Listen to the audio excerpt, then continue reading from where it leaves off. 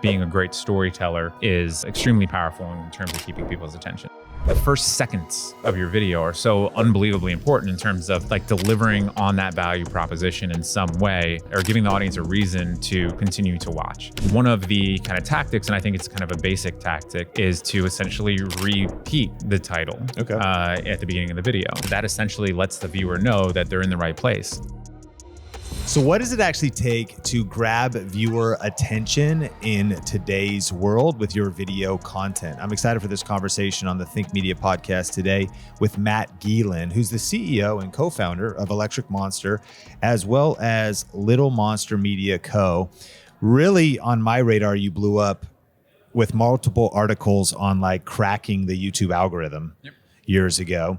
And you just got done speaking here on the video intro is out. Say hello to video starts. So what's the difference between a video intro and a video start? But before we get there, for people that are just meeting you, break down who you are, a little bit about what it is you do. Thank you very much for having me on. So Little Monster is an agency I started about 6 years ago to help video publishers build their audiences primarily on YouTube. And the way I was able to grow that agency was through things like writing those papers and publishing them on TubeFilter, as well as speaking at events like VidCon about, you know, what we know about the recommendation system and audiences on YouTube and how to really get the most out of that. And then about 3 years or so, 2.5 years or so ago, I started Electric Monster with a couple of other guys. Raised a little bit of money, and we started acquiring YouTube channels. Our biggest acquisition to date is the former FBE brands, React and People vs. Food. We're currently operating those and kind of evolving those into 2023 and beyond. Wow, so you're really like a YouTube secret weapon. You geek out on like the analytics, the back end, optimizing content, performing content. You also can discern content that sucks, and you kind of know why it sucks, and you improve it. One of the things you just did is you were talking about, you basically revive these. You're kind of acquiring channels and maybe reviving them as well, or taking them to the next level. But let's break down this talk you just did. What's the difference between a video intro and a video start? Yeah, so really nothing. And I wrote the title of the presentation and I hate it. Okay. But the reason we did that is that this was actually 2 presentations that we did internally for our team at Electric Monster. When we acquired React and coming into this year, we took a really hard look at our retention curves. And what we found was we were losing a lot of audience early on. And what we found with the beginnings of our videos is they were very, very hit or miss. Some of them were really good and some of them were really poor. And in this presentation, I showed an example of probably one of our worst ones. And then an example of after we kind of went through the training and the analysis, what they started to look like. And, as you've seen in some of my previous work, like the taxonomy, I need things categorized and understandable and labeled, right? And so what I recognized when we were talking about intro, a lot of our producers had a very set thing in their mind. Same thing with the editors. And so I was like, well, the first thing we need to do is just, let's not call it an intro anymore, right? Let's call it a video start, right? Because it's about starting the video, not introducing the video. And I think there was a lot of, definition wrapped up in intro that we could kind of start with a blank slate with video starts, right? So I was like, all right, let's rename it. And I think video start is a terrible name. It's too many words, right? Like intro is fantastic, but we got to change it. So I'm open to other terms, but regardless, the basic concept is like when someone clicks on a title and a thumbnail, right? There's a value proposition that is being served to them, right? Like what the video is about, what they're going to see. They're buying essentially into the subject of your video, and then you have to deliver on that. And so how the first seconds of your video are so unbelievably important in terms of like delivering on that value proposition in some way, or giving the audience a reason to continue to watch, right? Because there's so much content out there. There's so many choices out there. There's so much things that they could watch that it's imperative that we pay hyper close attention to those first seconds as people are making that decision whether or not to stay or leave. And so to recap a little as well, your title and your thumbnail have already done quite a bit of heavy lifting. They've already set the context. They've communicated a lot. A mistake would be just simply repeating that. Not necessarily. Okay. So what we're talking about is VOD content, right? Content that someone chooses to click on and watch. It is very, very similar to like feed-based content and autoplay-based content, which is usually seen as like short form or vertical video, which comes later in the presentation. We actually kind of dive into that quite a bit. But one of the kind of tactics, and I think it's kind of a basic tactic, is to essentially repeat the title at the beginning of the video. Maybe you restate it in a slightly different way. Maybe you've titled it slightly different than how you actually recorded it. But that essentially lets the viewer know that they're in the right place. And lots of viewers probably click on the thumbnail without having read the title just because it looks cool, right? Or maybe they forgot what the title was or what the thumbnail was because they were served an ad, right? So restating it and letting people know that they're in the right place, like you don't want to dwell on it, right? You've got only a few seconds there, but sometimes that's okay because they're like verifying that they're getting what they clicked on. Like how many times do you get something, maybe you buy it online, you open up the package to verify it is what it is, right? And you see all those videos all the time. There's like, this is what I ordered. This is what I got. It's like a mini piano. Yeah. Right. And they thought they were ordering a real piano. And so it's that human nature, like, especially I think in America, like we've been, duped by marketers so many times that kind of the first thing you have to do is actually be like, you're in the right place. It's safe. You're getting what you were promised. Okay. What are some of the other tactics you would teach for video starts? So the kind of the restating the title or the value proposition, we basically say is like a restate and go, right?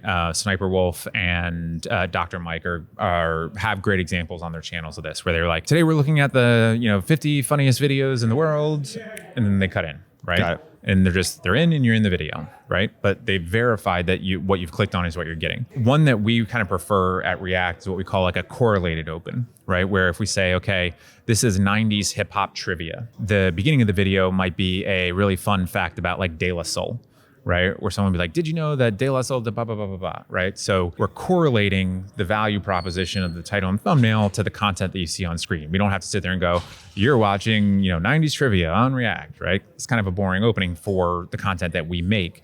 And so correlating it with something that very clearly shows them they're getting 90s hip hop trivia it works for us and works for our audience. Another kind of strategy that we saw, this was on, I believe it's How Ridiculous, the Australian guys or whatever. Yeah.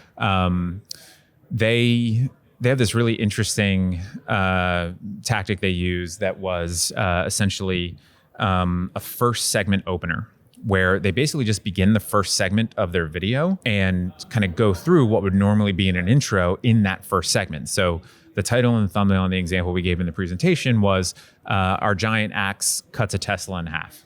Right. And when the video starts, right, you see this giant axe and they go 3, 2, 1. And then the guys come on and they're like, today we're going to see, what our giant axe can cut through or not cut through. And then they show it, working and stuff. And then it cuts back to them. But, we're also going to be gambling on whether or not it'll go through. Right. And then you see another little bit. And then they're like, and the loser is going to have to do a punishment. Right. And then you see the axe like chop a fire extinguisher in half. And like essentially, if they came on and said, today we're going to cut a bunch of things in half, we're going to bet on whether it'll work or not, and then if you lose, you're going to have to face a punishment. Then they would go into cutting the fire extinguisher in half. That's a slower opening, right? So this was very exciting, very high pace. You set up the rules of the video, you explain to them, what's going on, what they're going to see, right? While also simultaneously progressing the story. And then the final one was one by Ryan Trahan, which we called the Seamless Opener. And it's his I Built a Tiny Universe video. And I won't spoil it for anyone. Go watch it. Ryan Trahan did an amazing job on that video in terms of starting it. And it's really, really cool to see. So that's amazing. The value prop of your session was not just tactics to hook audiences, but also to keep them watching. What are some things you've been learning once you've gotten past that opening segment to actually retain that viewership? Yeah, great question. I mean, I think one of the things we see that's specific to our type of content specifically is that we really want to keep our segments beneath 2 minutes, right? So if we're doing a 90s trivia video, right, we want to do, at least 10 to 15 rounds in a 20-minute long video. So a segment versus the video itself. So a segment means it's just switching up. Long form's 20-minute total, but a segment is 2. Right. And by defining a segment, what are 2 different segments? Yeah, so one would be like, what was the #1 Billboard single in 1990? And you play them like 2 seconds of sound, or you show them a picture of a music video. And then for 2 minutes, different people react to that. Exactly. And then there's a switch up though. Right. Yeah, and then once they've all kind of given their answer and you reveal if they're right or not, right, then you go to the next question, right? And that would be like the second segment, essentially. And so like keeping those segments, pretty tight, from an edit pacing standpoint, like not a tremendous amount new under the sun for digital video, right? Like you remove the breaths to ensure that there's not an opportunity for the audience to kind of get distracted and look at the next thing. Yeah. There's a concept that I'm sure you've talked about before. Roberto Blake's talked about it, but like the pattern interrupts, right? So if you're on kind of a consistent pace, like you change something up with like motion graphics, all sorts of different tactics in motion graphics, all sorts of different tactics with sound effects and music and bringing things in and out, right? Zooming in, zooming out, right? Camera shifts, camera pans, like our setup is essentially this. It's a camera on sticks and two people talking, right? It is hard to keep that engaging without employing a lot of that kind of like filmmaking tactics. We've also started trying to implement a bit more story into what we do. So if we're doing a trivia video, like we'll try to lead it with a couple sentences giving a story about the trivia question, which is a phenomenal way to keep people engaged. And a big portion of the presentation on short form content was spent discussing story and story structures. From a viewership perspective, being a great storyteller is extremely powerful in terms of keeping people's attention. Powerful tips there. One of the unique opportunities you have and kind of vantage points that you have is your viewpoint of the creator economy itself. You were just sharing, we're here at VidCon 2023, and what's actually wild is the landscape has really shifted. You run 2 agencies, 2 companies. It's kind of carnage out here. A lot of companies are gone since the pandemic. And so I'm curious, a 2-pronged question. What is the state of the creator economy from the company level, the companies that are being funded, the startups level and all of that, but then also the creator level and the opportunity? We've been hanging out at VidCon for years, Video Influencers Days, Benji, and you've been in the game even longer than that. And we're kind of in a whole new era. And Colin and Samir just called it the new wave of creators. So what do you, as a strategist and as someone who thinks deeply and is in this, what do you see for the future for those 2 different tracks, kind of 2 different opportunities in the creator economy, or maybe landmines that could be coming up as well? Yeah, I mean, that's a very big question, right? In terms of the opportunity, I think it's never been greater for creators, right? Like you can create a business from scratch with, next to no money or zero money, really. Yep. And create a extremely successful small, medium, large business, right? There's all sorts of opportunity for that. And that's from entertainment content to utility content across the board. And that opportunity exists both on and off those platforms. And that information, especially on channels like yours, is free and available. At the very least, to take you to kind of like the first level of developing a successful business. So I think from like that perspective is extremely valuable, or there's tremendous opportunity. The fact that all these platforms are monetizing content at this point, right? TikTok's monetizing, maybe it's not great, but it's coming along, right? YouTube and YouTube Shorts monetizing, Reels on Instagram and Facebook. The Snap Partner Program. This wasn't available 5 years ago. Yeah. It was basically YouTube, right? Beyond that, all of the companies that have come about that enable the creation of creating print-on-demand products or developing a class or courses online. These are all ways to monetize that content if that's your goal and pursuit. On the opposite side, I think there's a lot of macroeconomic factors that are very disruptive right now. And there's a lot that maybe they're coming, maybe they're not. But I think we've seen, generally speaking, somewhere in the range of a reduction in 10 to 20% year over year in RPMs, just because advertisers aren't spending as much because of a theoretical pending recession. Maybe we are in a recession, a rolling recession, like no one really knows. And there's a lot of I think fear and doubt and apprehension. Advertising budgets are usually the first things that dry up in a recession, right? And that's already happened and it's been happening for the past year. So if there is some sort of big event, I think it's going to be more like that COVID event where RPMs dropped for 8 weeks, right? And then we've had the greatest RPM expansion ever. in the months that followed right after the initial COVID lockdowns. So I think there's a world of opportunity out there for creators. By way of industry, where it generally stands is that there's very few kind of like digital media companies outside of creator-driven companies.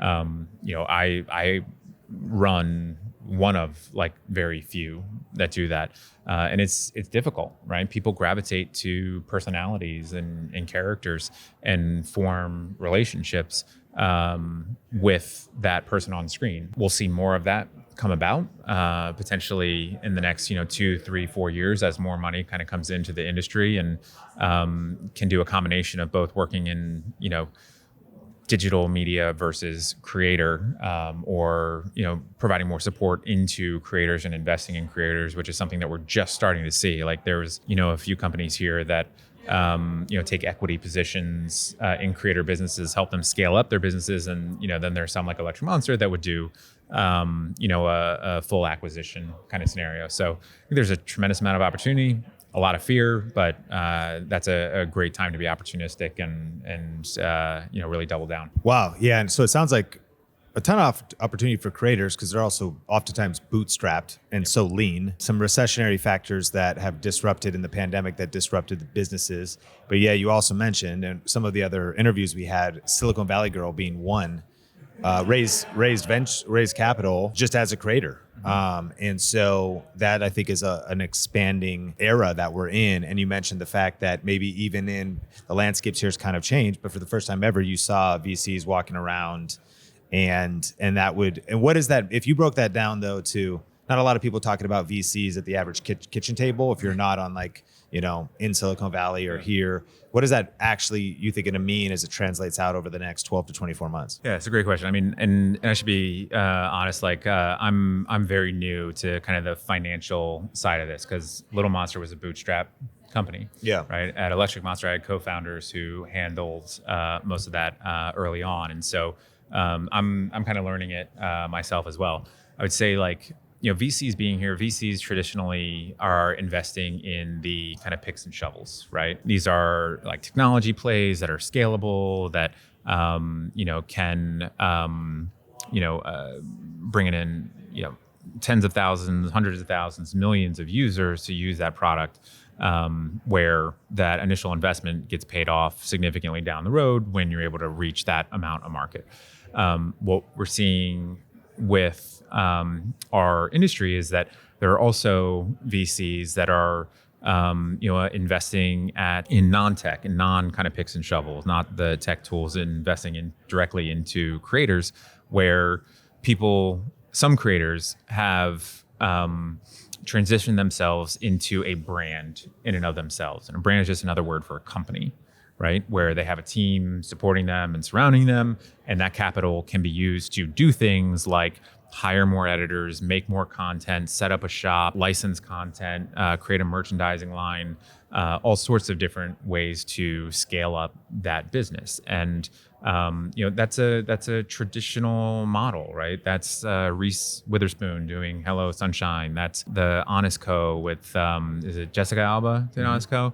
Right? It's leveraging your reach and, forgive me, influence to build a business and brand. And people are finally recognizing like, oh, that's what creators are. Creators are celebrities.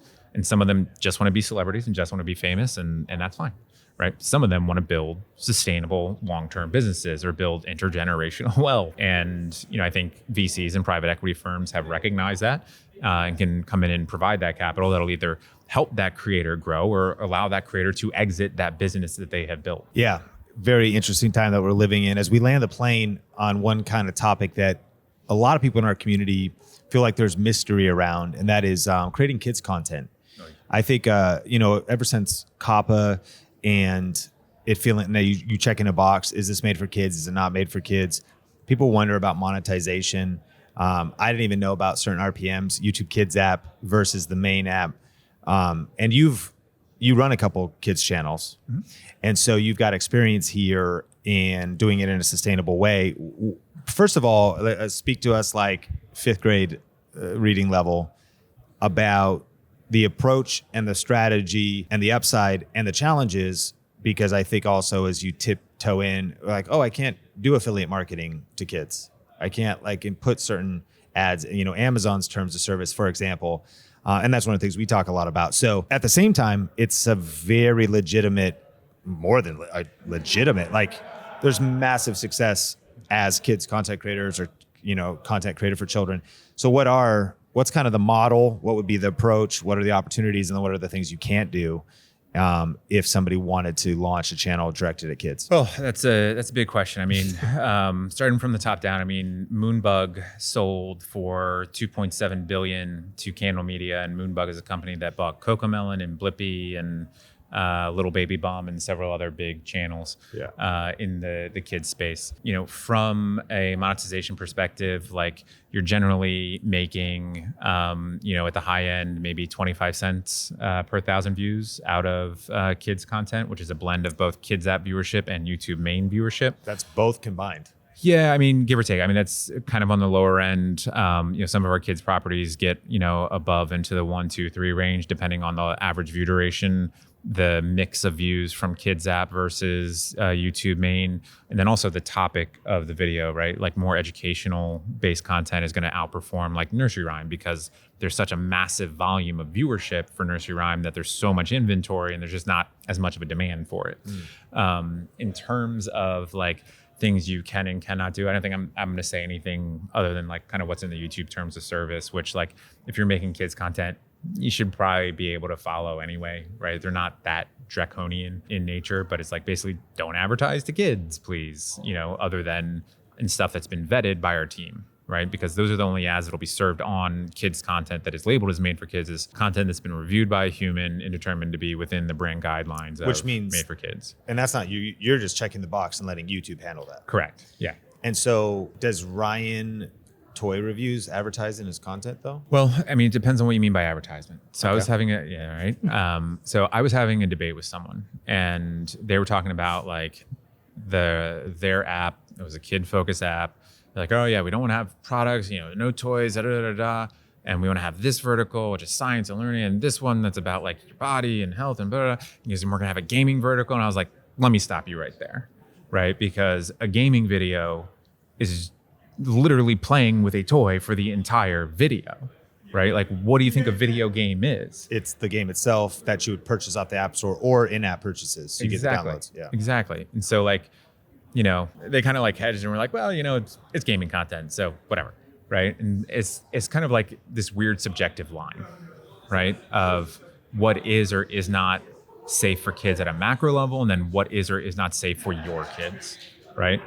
I think generally speaking, YouTube within the kids app does a pretty good job. They're not perfect. No one is. World's biggest platform, trillions of views, lots and lots of, people uploading, and by far the vast majority just want to make cool stuff that people enjoy. But, anytime, there's a party that's massive, someone wants to come along and ruin it. Yeah. Right. And people have ruined the YouTube Kids experience multiple times in the past. And so like, it is restrictive. Your content's not going to show up in the Kids app for sometimes weeks until it's been reviewed by a human. But in an effort to keep kids safe and protect the industry and make sure advertisers aren't afraid to advertise within YouTube Kids and parents aren't afraid to put the YouTube Kids app in front of their kids, it's what's got to be done. So like there are some restrictions, but generally speaking, it's going to be fine. What kind of numbers, if you know the math off the top of your head, when I think about Blippi these days, and now as a dad of a 2.5-year-old and 9-month-old, this is why I'm now the most educated connoisseur of kids content. I've never even watched it before.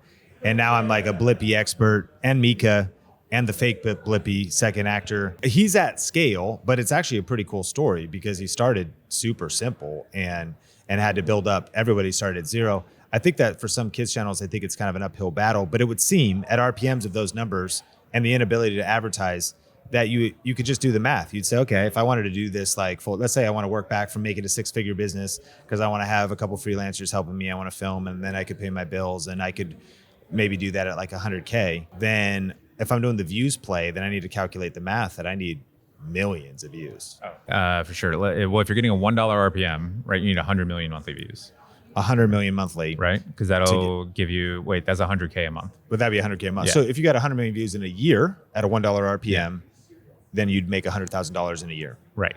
But if you're at a 25 cent RPM, Now well, then you're you up to need 400 million. Yeah, you need half a trillion.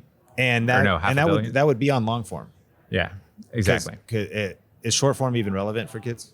Yeah, there are a lot of short form in the kids app. They're very bullish on that and pushing that. But that would also be, would it be similar to the YouTube Shorts I've seen get about 2, 4, 6, maybe 9 cent RPMs for adults? Yeah, I mean, you're not you can write off the monetization for shorts in kids, basically. Okay. There is some, but it's like A fraction of a fraction. Yeah, of exactly. or something.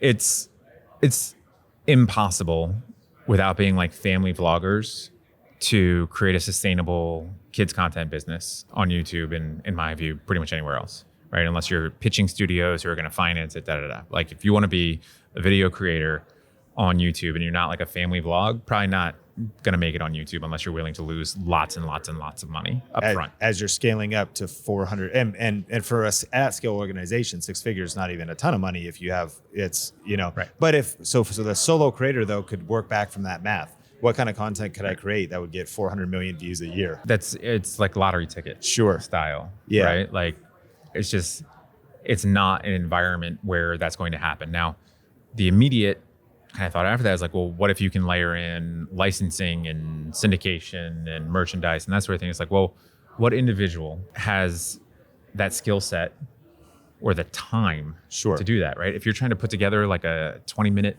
video a week, you're a single entrepreneur, it's just not realistic unless you're like family vloggers. Got it. Right? You're not going to animate that much that fast, right? Like you're just not going to, cast people or hire, like it's just not realistic in the kid space.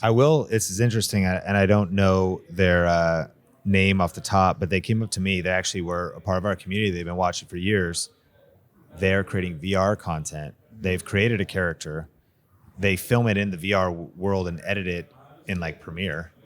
And they said they're more like teen audience and kind of maybe like Chad Wildclay, which I think their audience is aged up a little bit. Maybe, or is that kids content?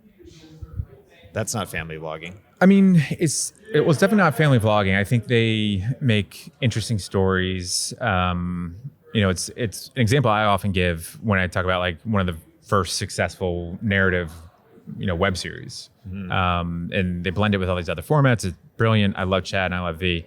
But I think there are audiences from age 4 to 18 that can enjoy what they're doing. Yeah. And so like, I don't think they make it specifically for kids, right? They don't necessarily often feature or ever, from what I've seen, like toys or products that are aimed at kids. They don't necessarily like speak to kids or there's no kids in their content, right? They're probably in their 30s at this point. Yeah. So like, no, I think they make content for a wide age group that isn't necessarily made for kids. So that could be the approach there. They're not checking the box, but can that content find its way to the kids app? Yeah, in two kind of ways actually. One would be like YouTube reviews the content and decides that it's made for kids. Yeah. Which I have all sorts of not safe for work thoughts and opinions on that dichotomy. Sure. But the second way is YouTube just sees that the content is popular with that age group and puts it in there.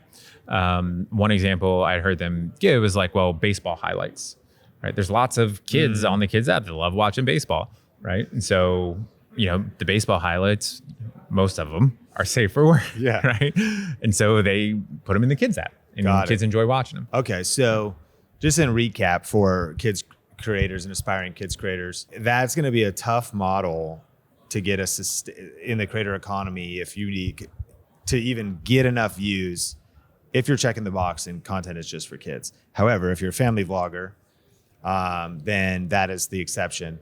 And then there's also this kind of line of maybe there's lots of content formats that might be interesting to kids, but you're not checking the box. They're not directed at kids. It might be very popular there. And so very interesting. And has storybook content made it very far? What is storybook? People reading books.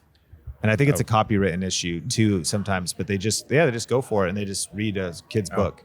I mean, I've never seen that content or channels that feature that content be successful. Sure. Like I think it's maybe you're getting thousands of views, but that's the problem. It's not going to reach the scale that you need. Yeah. And that could be a situation where like it's not necessarily like about scale or about making the AdSense revenue, but it's about like, advertising the books. And so parents go out and buy the books. Yeah, you're a kid's author and you have a whole Amazon play. Right. But even then, right? Like let's say you get 10,000 views.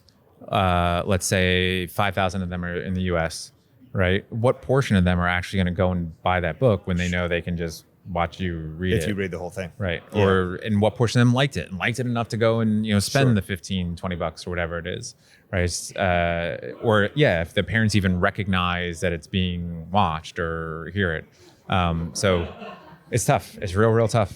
You got to get some massive scale. Matt, you've shared a lot of value about multiple topics today. I really appreciate it. If people want to check out what you're doing, what kind of stuff where can they follow you and keep up with you? Yeah, well, I mean, the best place to follow me is LinkedIn. I say at our creator convention, focused on YouTube. To be perfectly honest, that's where I share all kind of the professional stuff and links to stuff, like the stuff I write for Tube Filter. So that's probably the best place. Awesome. Appreciate you so much. Thanks for adding value to the Think Media podcast.